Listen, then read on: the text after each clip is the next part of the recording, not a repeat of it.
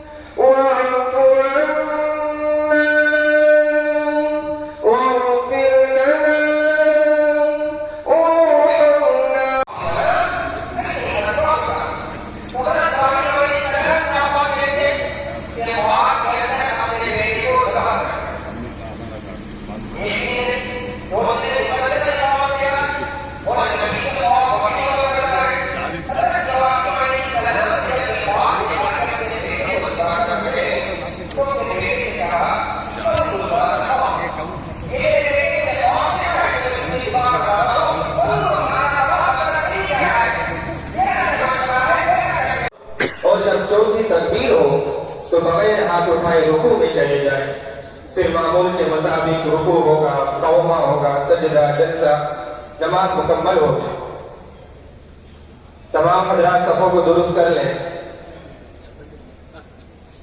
अगर इधर हय्या अला सलाह में सफे दुरुस्त हो गई है तो कोई साहब हाथ उठाकर बता दे या रुमाल से बता दे।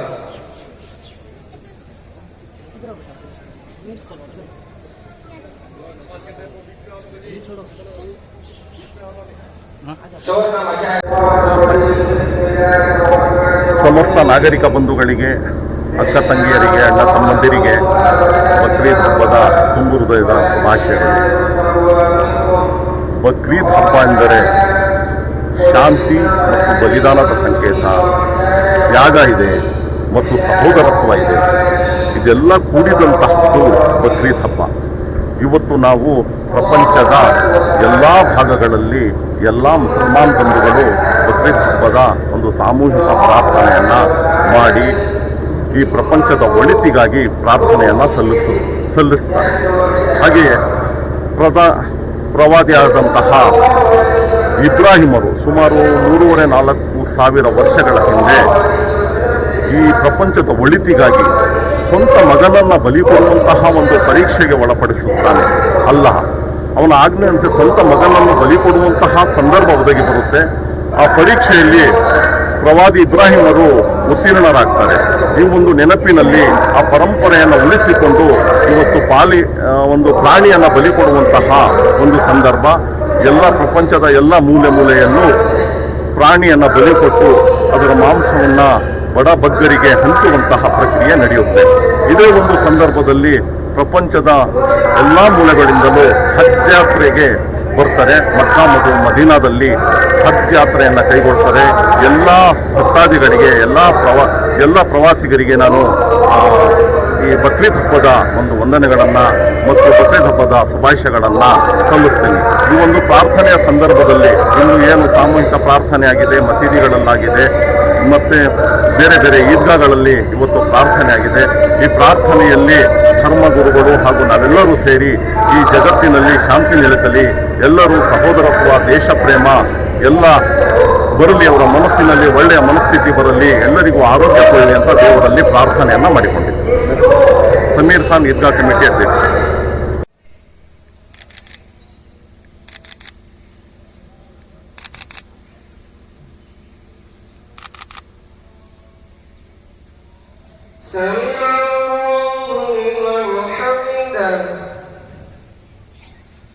Oh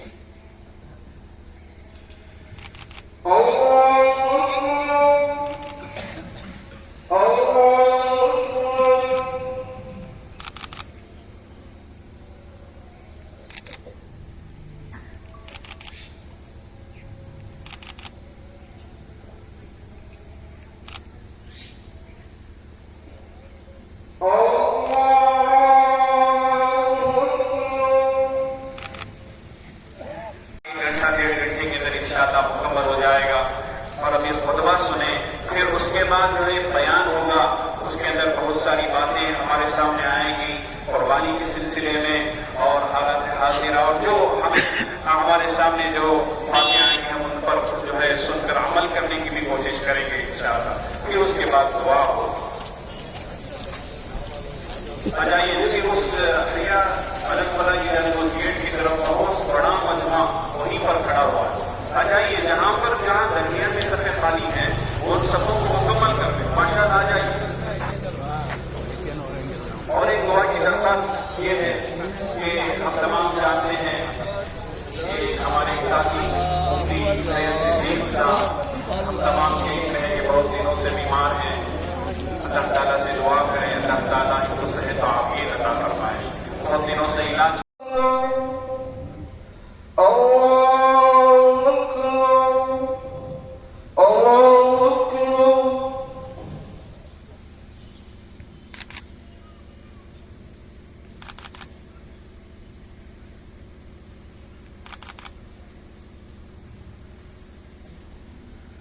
سمع